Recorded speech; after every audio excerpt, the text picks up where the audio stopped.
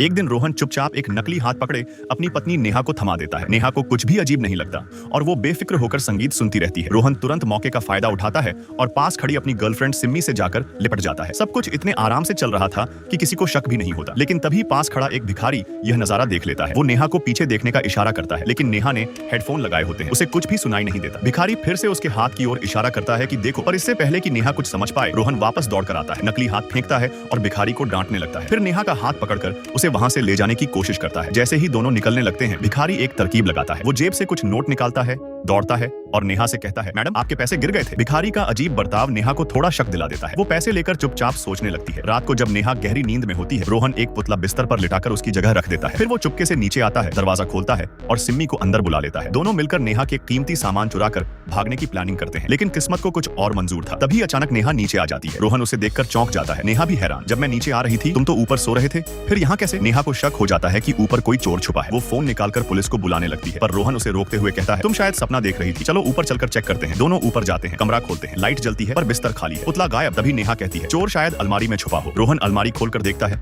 कोई नहीं मिलता। वो पलटता है और देखता है कि नेहा के हाथ में वही नकली हाथ है। अब सब सच सामने आ चुका था। नेहा चुपचाप भिखारी द्वारा दिए गए नोट को दिखाती है, जिस पर लिखा था, तुम्हारा पति तुम्हें धोखा दे रहा है। नेहा बिना वक्त गंवाए रोहन को अलमारी में बंद कर देती है और तभी भिखारी भी सिम्मी को पकड़कर ऊपर ले आता है। अब दोनों का अंजाम एक ही था, कानून का सख्त इंसाफ।